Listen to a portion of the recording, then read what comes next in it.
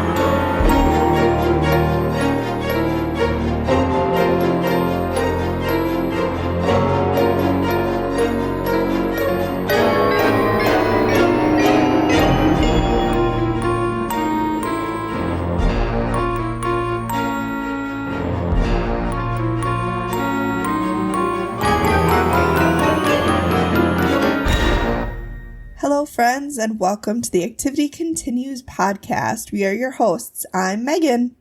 And I'm Amy. We discuss episodes of the Travel Channel's TV show, The Dead Files.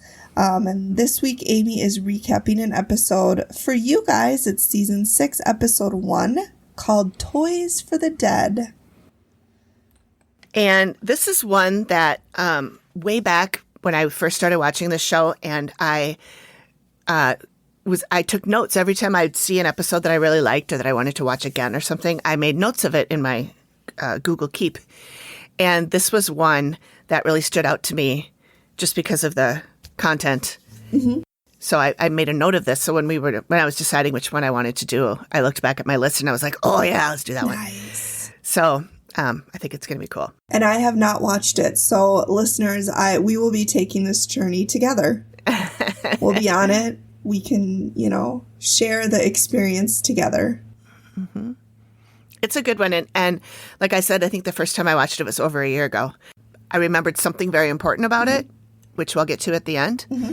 But I didn't remember all the pieces. And for this one, too, I was interested in the people. And so I looked them up and found some interesting things about the people who were called, or the people who called Dead Files in, and about the place, too. So we'll get to all that. Oh, and also my friend Amy, I can't remember if she said this in our group chat or just in Snapchat with her, but she knows a psychic who we have been talking about going to.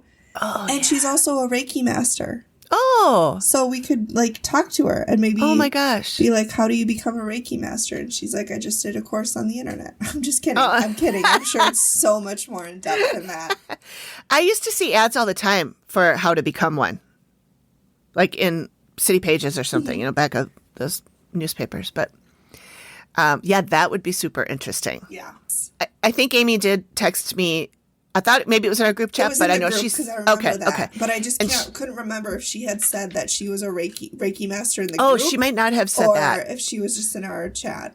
Yeah, but she did say that we were going to try and find a place where we could all meet up that was sort of a central location for all of us, and that she would sit down and chat with us. So because I would super fun. Fucking love that.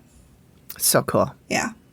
Yeah, that would be fun to have her on. If she would, be on as a guest. I don't know how we would do that. All right. If we have to go meet somewhere, but we could talk to her for a little on Zoom or something. Mm-hmm. Yeah, cool. For sure. Yeah. We did not do a VIP happy hour this month because we had it planned for Saturday and one of us was sick. Mm-hmm. And so we had rain checked it. So we'll do it. We'll do it as soon as we're all back on our feet. Maybe we'll do two for the month of May instead of because we didn't do in April. It's gonna be May. Everybody, it's May 1st today. So I've seen so many oh my God. TikToks and stuff about that. It's so funny. It's a tradition at this point. Yeah. It can't be May and not have ramen hair Justin everywhere as far as the eye can see. Right. I listened, so True Crime Obsessed did an episode on their manager. I forget his name. He was trash.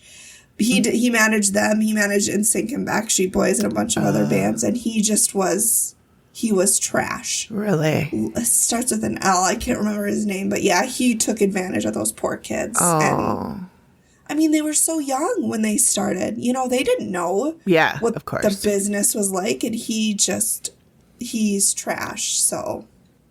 You know who's not trash, though, is Lance Bass.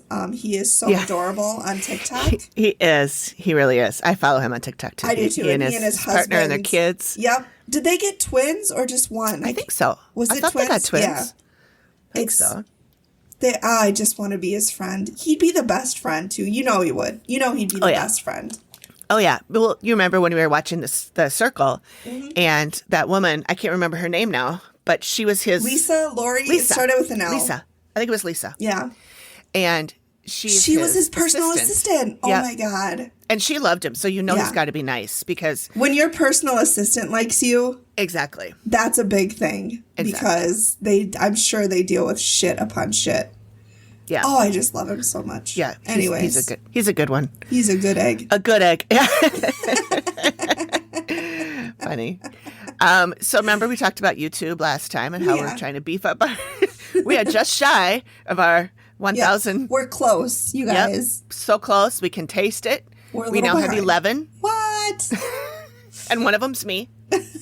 Not one of them's me. I do think it is me now that I think about it. But okay, so we've got 4, so 2 of them are us. So whoever else, you 2 out there who subscribed recently, thank you. Thank you.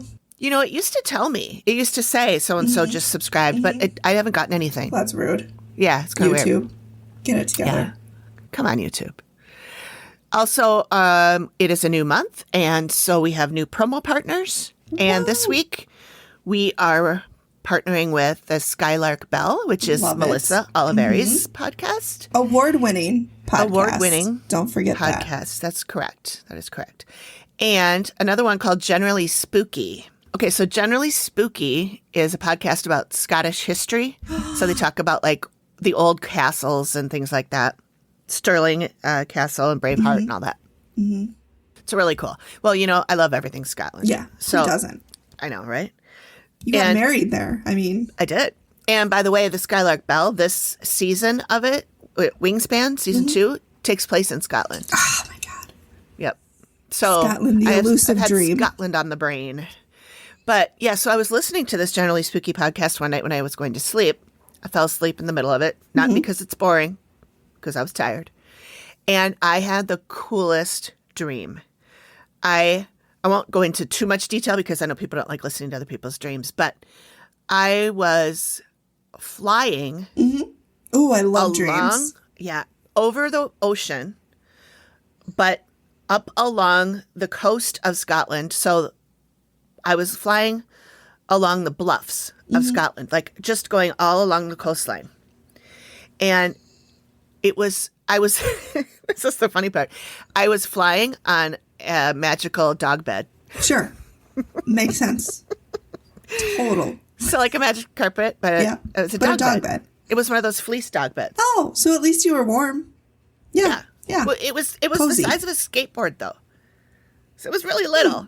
And I was just sitting on it going like this, and I could go faster or slower or turn around. Yeah, nice. It was super cool. Nice. It was such a cool dream, and I woke up and I was like, damn, I wanted to stay there. I know. It was so damn, why cool. can't I just be a flying dog bed in Scotland for real? I know. And it felt so real. And then when I woke up and I was thinking about it, I've been thinking about it, it's probably a week ago, and I've been thinking about it every day since.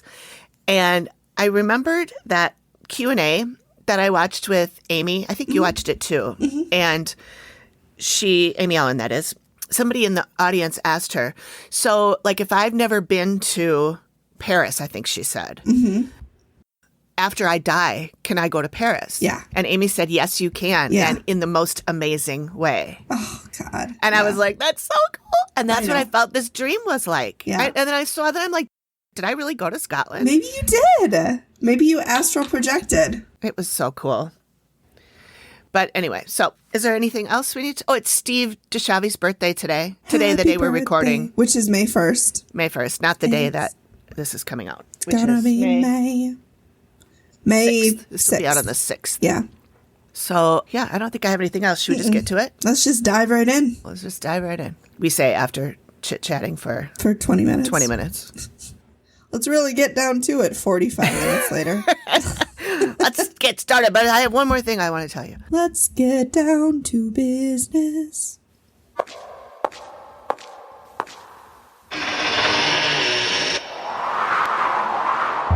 Welcome to the mysterious world of the Skylark Bell. Our story begins on the outskirts of a small town called Pocket, where Margaret Phaeton, better known as Magpie, must connect a series of unexplained events, psychic visions, and century-old folktales before the mysterious silence hanging over the abandoned farm at Meadow Lane spreads to the entire town. The Skylark Bell is a fiction podcast in serial format, with new chapters every Friday and bonus episodes that recount real-life paranormal experiences. Find the Skylark Bell on all major platforms and at theskylarkbell.com. I'm Melissa Oliveri. Thank you for listening.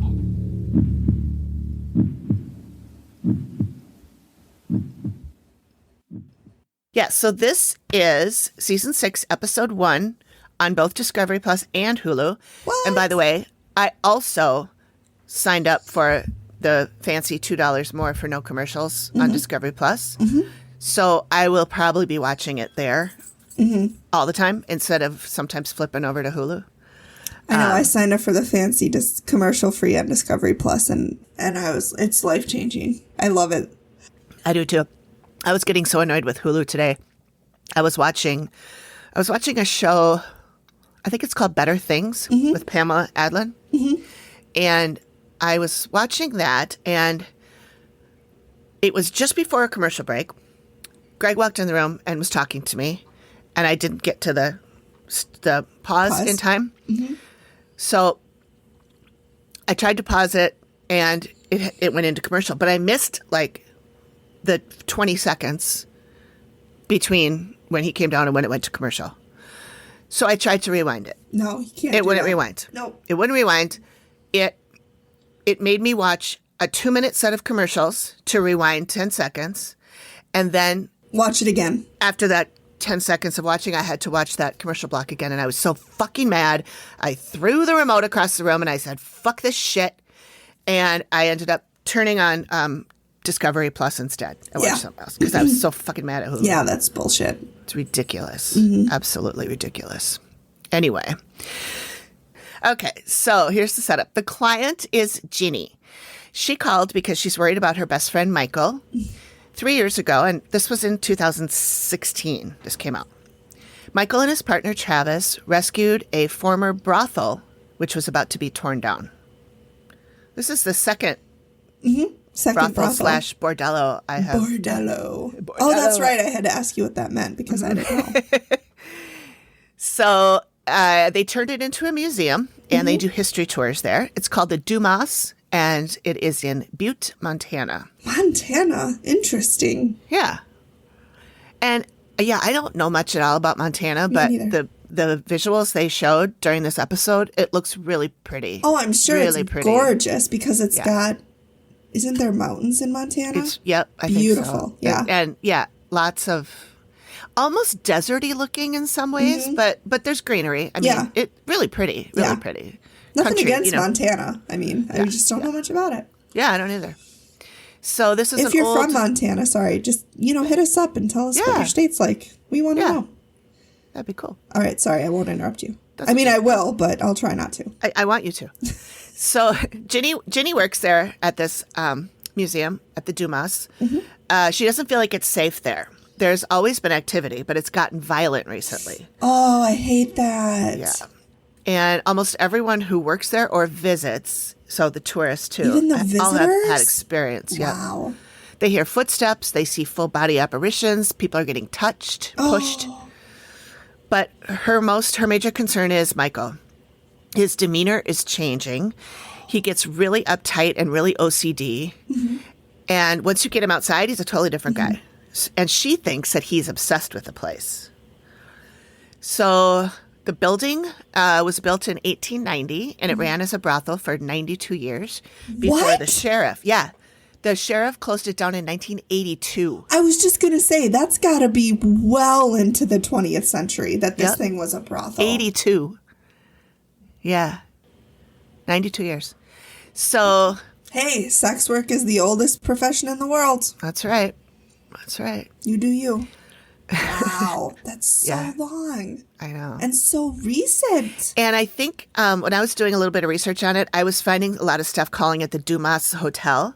So I think it presented itself as a hotel, but I think everybody really knew, wink, wink, nudge, nudge, what it really was. You know? We're going to go to the hotel. Yeah. Something in your eye? No, we're thinking.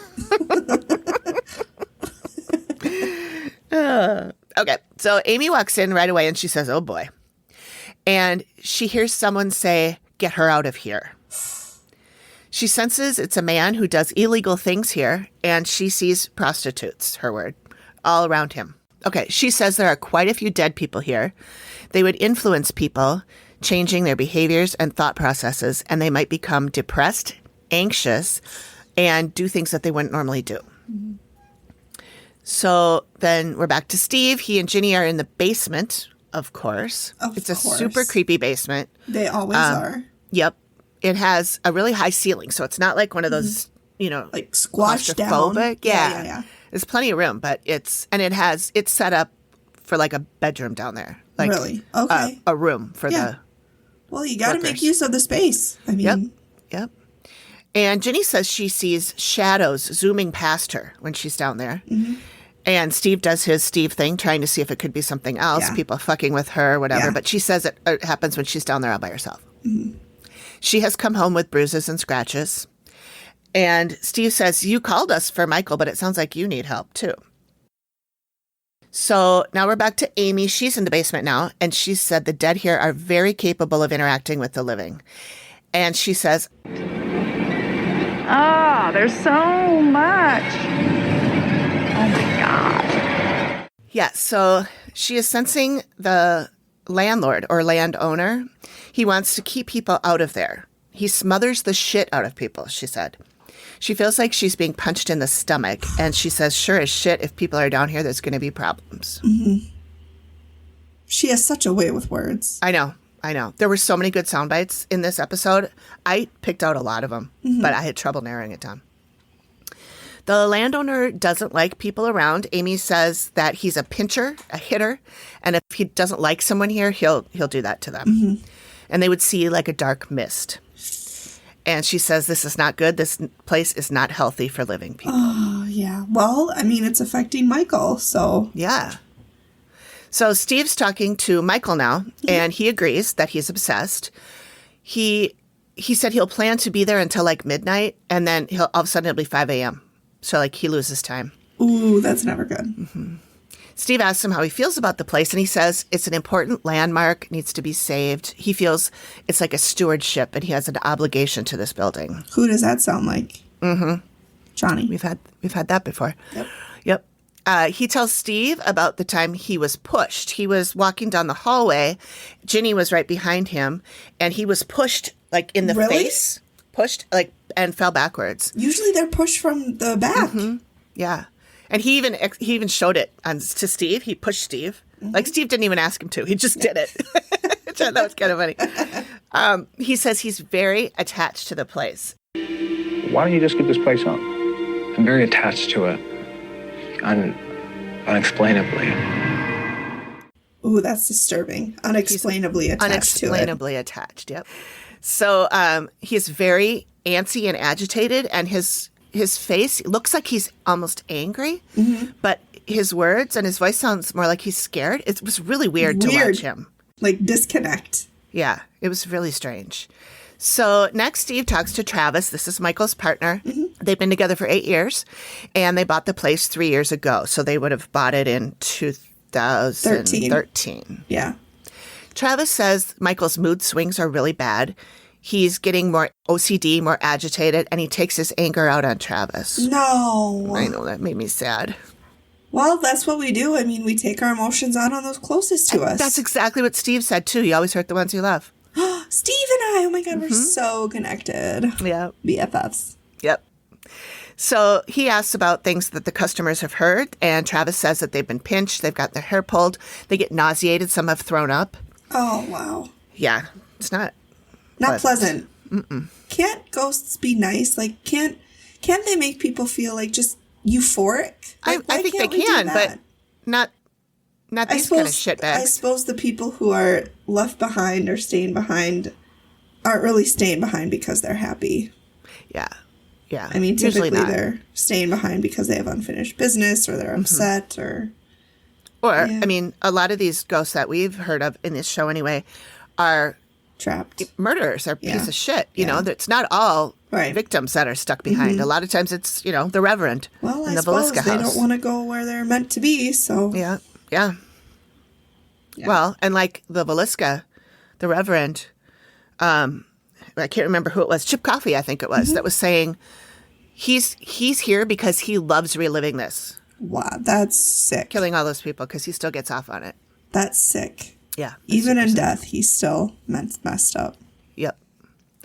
So Travis was in one of the bedrooms. He's explaining what happened to him to Steve. And he was in one of the bedrooms and he felt a warm hand on his shoulder and then a warm breath right on his neck. He said it was really intimate, almost sensual. And I'm thinking this ghost has no gaydar. No. So then we flash to Amy for a second. She says she senses a woman who is very sensual. She's really hands-on, she says. And if she finds someone attractive, she'll do stuff. Uh-oh. And then Amy's drawl came out. Yeah. And she said, there's a lot of anxiety. It's so cute. I love it when she does that. Heart attack. She says she feels super nauseous. Okay. So now Steve is meeting with Ron, the brick mason. Oh, Ron. Oh, good old Ron. Ron has worked in the building. They're in the basement. And he says that he's had the sense that he's going to get killed. I don't like that, Ron. No. Mm-mm. He says there's something in there telling him to get out. His tools go missing and then reappear. He won't go downstairs by himself anymore. And Steve does you don't seem like a guy who scares easily. You big guy. You big guy, tough guy like you. So Amy says another lady is down there who will move things around and open doors. And she says she has skin like tree bark. And her arms are all twisted like roots of a tree. Okay. I know. I was I can't wait to see this sketch. I was just going to say, I bet that's going to be a sketch. So the dead all have certain specific things that they do for the living. And Matt asks her how they treat living people. And she says, They would be, toys for the dead people. Oh, that's where the title comes from. I wrote in my notes, ladies and gentlemen, we have a title. Yeah. Yeah, we do. Yeah, we do. So now Steve is off. He's, doing his research in town. And he's meeting with a historian named Ellen Baumler. The building was built by brothers Arthur and Joseph Nadeau. They built it for the purpose of it being a brothel, and they had other brothels in the area as well. They're very educated, very wealthy. At some point, they had some kind of a disagreement. The brothers split, and Joseph remained to run the brothel until he died in 1925, at the age of 77. So now I go back to Amy. She's talking about the landowner. She says this guy is going to cause some problems. He is the biggest problem here. He's super negative and extremely, disgustingly greedy. Ooh. She thinks he might have owned the land and built the building. He's got white hair, pale skin, and says there's lots of traffic in here that has benefited him. Well, yeah, if it's a brothel. So Steve learns that this was a high-end brothel. He noted, he was talking to this historian. He said, well, the basement's not very high-end. And she said the upper floor was created for the upper class. The main floor was for the middle class, and the basement was for the miners. That is, men who worked in the coal miners, not like children. under 18 Right. miners. Got to make that distinction. Yeah. So Ellen explains that the working conditions for those ladies who worked in that basement were probably not great. They charged about 50 cents a customer and probably serviced about 50 men a day. How many? 50. 50. 50 per day at 50 cents a pop. Those poor women. I know. It's tough enough for me to service one, and that's not every day. Yeah. Ugh. She said there was lots of violence, lots of addiction, and she mentions the danger of pregnancy. Oh, yeah. Her having sex that many times a day. Jesus. So Amy goes into the basement. And she said there were a lot of drugs and alcohol. These men were dirty and angry. She called them perverted freaks. She sees a lot of people laying around and laying down. She heard mining, the word mining, and that anyone who rents or buys this place is not on the up and up. Well, I'm sure if, you're doing 50 men a day, you've got to be drugged out for it. Oh, yeah. Whether Absolutely. willingly or not willingly. I'm like, what is wrong with this place? She said, what is wrong with this fucking place? She's like saying all that. She's walking around and then she goes like this, like she's feeling something touching her or she's hearing something. And next Steve goes digging through the archives and he finds Gertrude Pitcairn. Ooh, Pitcairn. she a genealogist? No, she is a piece of shit is what she is. Steve even says so. She was performing illegal abortions in the red light district. So he goes and meets up with, I guess this guy must be a historian. Is she a piece of shit because of that? Or, okay. I was going to say because. No, that's not why. So he hits up this guy named Chris Fisk, who tells Steve that she very likely performed abortions right at the brothel. If the ladies got pregnant, they couldn't work. So she did a lot. And that's money lost. Yep, that's right. Between 1929 and 1939, 3 women who Gertie performed abortions on died as a result of the procedure. God. She was charged 3 times with manslaughter, but all the times the charges were dropped due to lack of evidence. This is why we need to have abortions be legal. I know. This is why, here. Because if they're illegal, people are still going to get them done. Still gonna do 'em. But they're going to be much more dangerous. Yep, absolutely. So some of these ladies actually chose to keep their babies, but this back alley abortion clinic that she was running, apparently people had babies there too. And so these women would have their babies, and she would tell them that their babies died, and then she would sell the babies on the black market. Oh, okay, now I know why she's a piece of shit. Yeah. Oh, Yeah. my God. And she did this to at least 14 babies up to 28. I don't know how many women that is, but at least 14 times she did this. Oh. All right, so she's a piece of Yes. for doing this. Yes. Yes, she is, Steve. So now we're back to Amy. She notes that there are a ton of dead bodies here, mostly men, but there are women. And she even says some of them are kids. No. And she says there's a lot of kids here. There's too many for one family. It's almost like a daycare. But they're not being taken care of. They don't have parents. And she says maybe they were selling these kids. And then she says, Like drug dealers and children sellers and pimps. and I went, oh my. Oh, my. Oh my God. Oh, my. Yeah, oh, my God. I know, Amy. Oh, my God, indeed. Right. So Steve then meets with Sheriff Ed Lester about some other deaths that he's been made aware of. They meet in the Old City Jail, and Ed Lester tells Steve about Eleanor Knott. She was the madam from 1950 to 1955. Her body was found on the second floor of the brothel. The death certificate said coronary occlusion was the cause of death. And I didn't know what that was, so I looked it up. Coronary occlusion is the partial or complete obstruction of blood flow in a coronary artery. So it's like a heart attack. Yeah, this condition may cause a heart attack. Okay. Yeah. So they think it was suspicious because the woman who found her body, her name is Bonita Farron, she took over as the madam. Huh. When Eleanor died. Convenient. I know. So I searched newspapers and I found an obit for Eleanor, but nothing else. Just it did say that Bonita was the one that found her body. But she was never charged or anything, so it's just a rumor. Well, yeah, she's a woman. She couldn't do anything like that. Right. We're too stupid. Well, until I don't know what the date was on this, but Bonita's husband, John Farron, also died. He fell down a flight of stairs. Uh-oh. And I shouted, "It was the owl." Those stairs are tricky, you guys. They're tricky. Yeah. Well, and the coroner thought the reason he fell was that he was drunk. Huh. The death certificate says cerebral hemorrhage, but it also has, like, as a contributing factor, alcohol. Mm-hmm. So, The devil's liquid. Yep. So now we're at the reveal. So Amy sits down with them. It's Michael, Travis, and Ginny. Ooh, another threefer. Yeah, another threefer. Huh. And so she tells them that she heard a male say, "Get out of here," as soon as she got there, and a woman call out, "Whore." Ooh, that's aggressive. Yeah. They show Steve, and he's like, "Yep, that checks out. Right. Yep, that checks out." Steve's like, "Another day at the office." Yeah. Yep. She says that she got something about specific drugs: alcohol, opium, marijuana, hash, cocaine. And as she's reading off this list, they show both Ginny and Travis, who turn and look at Michael. And Michael looks at them, and then he looks back at Amy. It was the weirdest.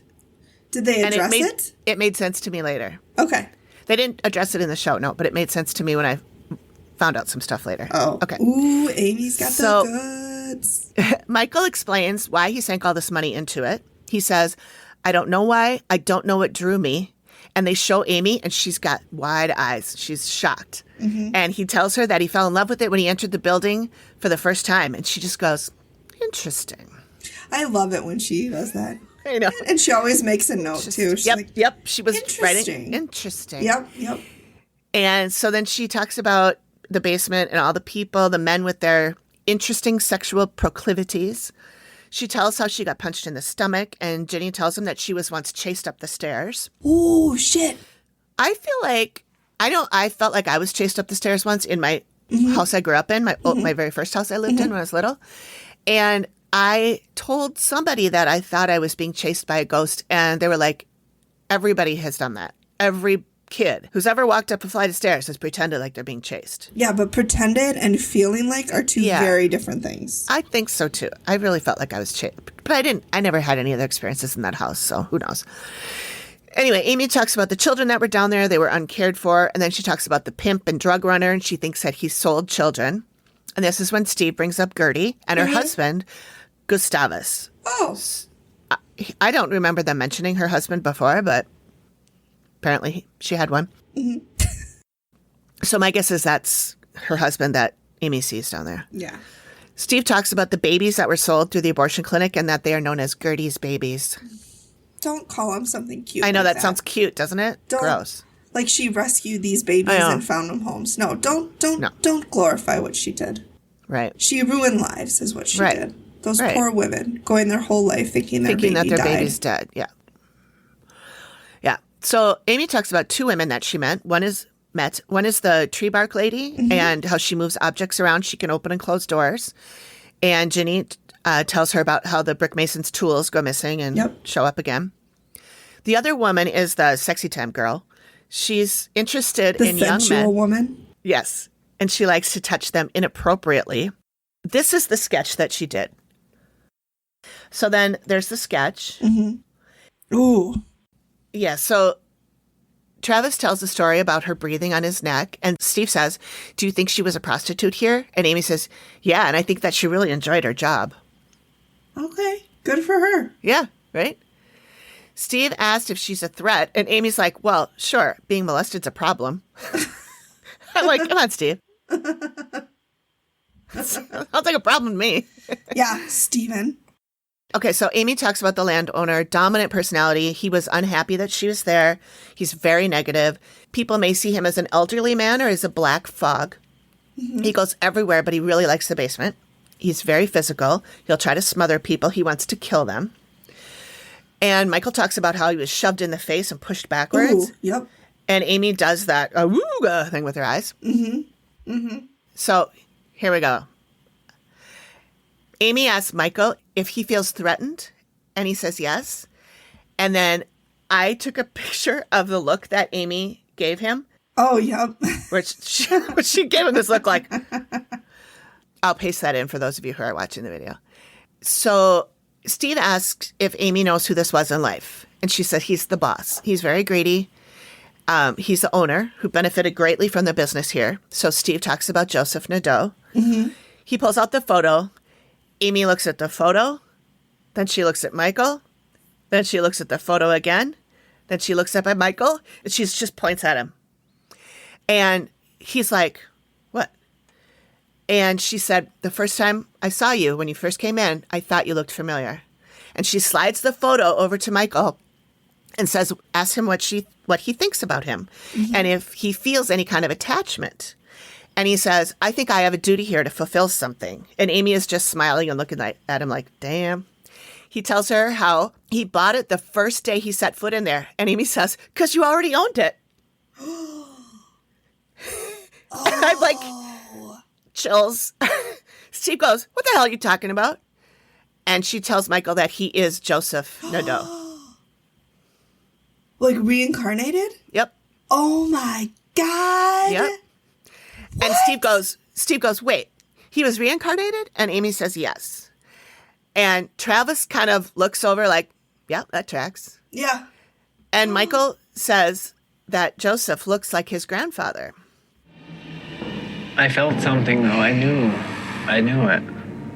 But I don't want to feel like some deceased person, some spirit, some entity saying, you need to do my bidding. It's not like you're doing anybody's bidding. This is you. Yeah. Wow. Yeah. So Steve says this is a case that's going to stick with him. Yeah, for sure. And Amy says she's nervous for him. She's in awe. She's speechless. That doesn't happen often with her. No, it doesn't. And I think, in fact, there's only been one other episode I've seen that has the reincarnation. Steve asks if Michael believes that he is this man. And he said, well, yes, how else could you explain it? Yeah. Then I'm going to quote Amy here because I don't think I have my head wrapped around this completely and I don't want to get it wrong. So she said, quote, your soul is not complete because you're continuing a life that you had before. What I think is going on is that sometimes when people die, the soul in its entirety doesn't completely move on. So it'll shatter sometimes. When Joseph died, his soul split. One piece remained here in the form of an old man and the other became you. Oh, okay. So kind of like Horcruxes in Harry Potter. I don't know. We're going to say yes. Okay, yeah, exactly like that. Thank you. Okay, but that makes sense, yeah. So maybe he was so attached to it that he didn't want to leave it. And so when he passed away, his soul split so he could always be attached to it. Yeah, yeah. All Very well right. could be, yeah. Yeah. Okay, so then we play the should I stay or should I go? Yep. Amy says they need to find a Reiki master Called who Jenny. has the ability to collect souls and absorb them into herself, and then she can release them. Wow. She needs to collect that soul. Steve asks if she takes Nadeau with her, will Michael still be reincarnated? And Amy says yes. But when he moves on, you may no longer have an interest in this place and can relinquish this fixation. So Steve says, what about the tree lady and the nympho? Eloquent, Steve. Amy said the Reiki master will remove them as well. Okay. And Michael says he feels like a weight has been lifted. And Amy says this is going to be quite a journey. So the follow-up, Michael has yet to contact a Reiki master and the activity continues. Wonder if Right? he will. Well, okay, so I did some research.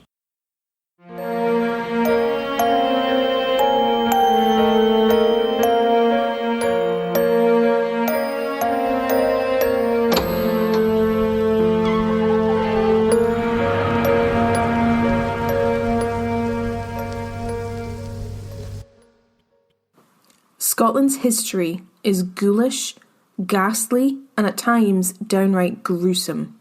Who wouldn't want to hear more about it? If you're interested in learning more about Scotland's history, legends, and ghost stories, then the Generally Spooky podcast is for you. My name is Ailey, researcher, storyteller, and believer in ghosts. And my name is Kieran. I'm chief listener, provider of jokes, and Ailey's husband, and we are the co-hosts of the Generally Spooky podcast. Join us as we discuss things like the Loch Ness Monster, the Mackenzie Poltergeist, the Battle of Culloden, and so much more. You can find us on Apple Podcasts, Spotify, Stitcher, and anywhere else you listen to podcasts. You can also find us for free on YouTube and over at our website, generallyspooky.com. We'll see you there. See you there. Well, okay, so I did some research. Mm-hmm. Okay. Doesn't sound like it's good research. It's not good. So I looked it up. The brothel it has a website, and it is now owned by another couple. Okay. They posted, the last time they posted in their blog about it was November 13th, 2019, saying that it closed for the season and would reopen in the spring of 2020. But we all know what happened in the spring of 2020, and I'm assuming that I assumed that it did not open after COVID. Mm-hmm. But they have a section on the website for paranormal stuff, including some videos and waves. These two people who own the house now, or own the brothel now, are paranormal investigators. Really? Mm-hmm. I wonder what happened with Michael. I'll tell you. Oh, well, all right. So, getting too ahead of myself. I found an old Facebook page for the place for when Michael and Travis owned it, and I started reading the posts. The last post was from Travis, saying this would be his last post because he might be losing the property. He mentions that while finances were always tight, they're even worse now after Michael's passing. What? Yep. How did he die? Well, it never really said specifically, but it was alluded to. So he died January 14th, 2018. Travis wrote a beautiful post on the museum's page talking about how much he loved Michael and how much everybody loved Michael. And he was asking for people to donate to a GoFundMe for the funeral because he had no money and he owes all this money. And I went to the GoFundMe and it only raised $615. Oh my God. Like shit. So on October of 2018, Travis posted on the Facebook page that they owed over $5,000 in taxes and he didn't have the money. He was trying to raise funds to, quote, keep Michael's dream alive. They were 4 years behind on taxes. Oh, my God. So the property was turned over to the Silver Bow County in September of 2018. And somebody on that post said, and this person's name was Dumas, said that this was a family. She was part of the family, the Dumas family, and she was supposed to have the option to buy it, but no one told her that it was going in foreclosure, and so it went up for auction and someone else got it. Oh, and she really wow. wanted to have it. Yeah. Yeah. So then another person commented on that post, and he commented twice. Once to say that he had a crush on Travis and wanted to date him, which I'm okay, like, knock read it the off. room. That's rude. That's not the right place to do that. And then a couple comments down later, he posted again to say he's sorry to hear of Michael's passing from a drug overdose. Oh. Okay, so the woman who's a Dumas and wanted to buy the place, she said she was trying to get a hold of Travis and she couldn't get a hold of him, and she even had the sheriff looking for him, but he was missing. So then I started thinking, oh my God, Travis went missing. What happened? And I looked him up and I found him on Facebook, and his last post was from April of this year. So he's still around. Good. He lives in Blackfoot, Idaho now. But all of his Facebook posts are like quizzes, like what national park are you and stuff like that. Yeah. He could have other posts, but since I'm not friends with him, I don't see them. He posted that he married Michael on March 27th, 2019, but that's a year after Michael died. So I think that he just maybe it was too late. Yeah. And he posted, I miss you dearly, my one true love. I will continue to hold your hand until the day comes. I'm going to cry. When we are reunited once again, love you forever and a day. So I went to Michael's Facebook page. It's pretty empty. His status says married, so I'm guessing they did get married before he passed. Good. He has some posts about addiction. And that's then probably why they looked at each other. Yep. And I saw that he graduated from Montana Tech in 2014 with a degree in addiction counseling. Good. So, and on Michael's Facebook page, he had a post that said he one day hopes to own the Dumas. I mean, if you're suffering from addiction, there is help. Yes. Like, there's nothing you can't overcome. Right. That's true.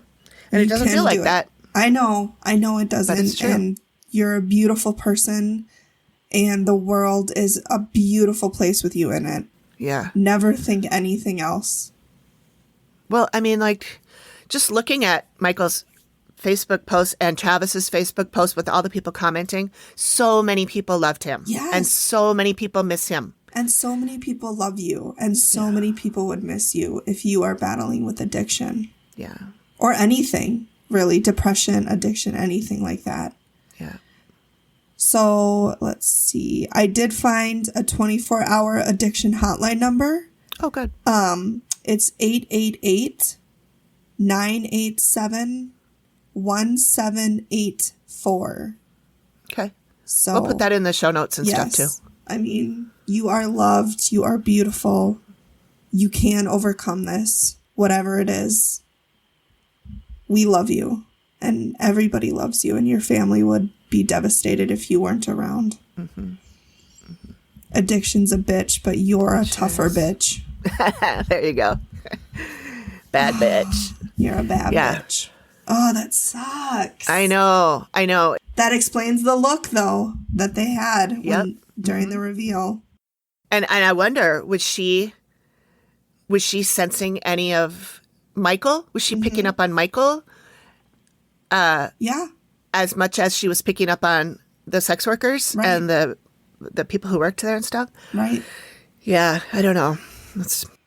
Well, I hope he's at peace. I really hope he's at peace. I do too. And I hope Travis can find happiness. Yeah. He seemed like a good kid. Yeah.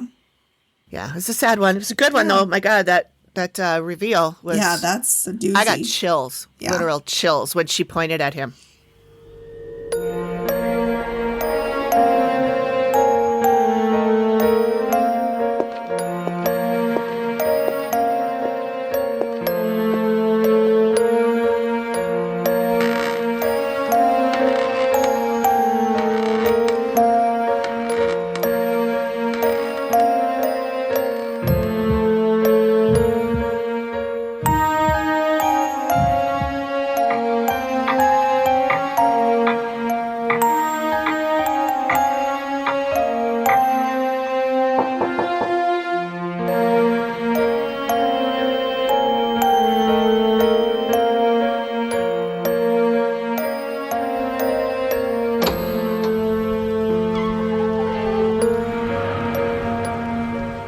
Thank you for joining us for another episode of The Activity Continues. If you have a favorite episode you want us to cover, please let us know. You can DM us at any of our socials or email at theactivitycontinues@gmail.com. Thanks for listening, everybody, and join us next time when The Activity Continues. The Activity Continues podcast is produced by me, Amy, at Collected Sounds Media, and is a part of the independent Collected Sounds podcast network. Nailed it.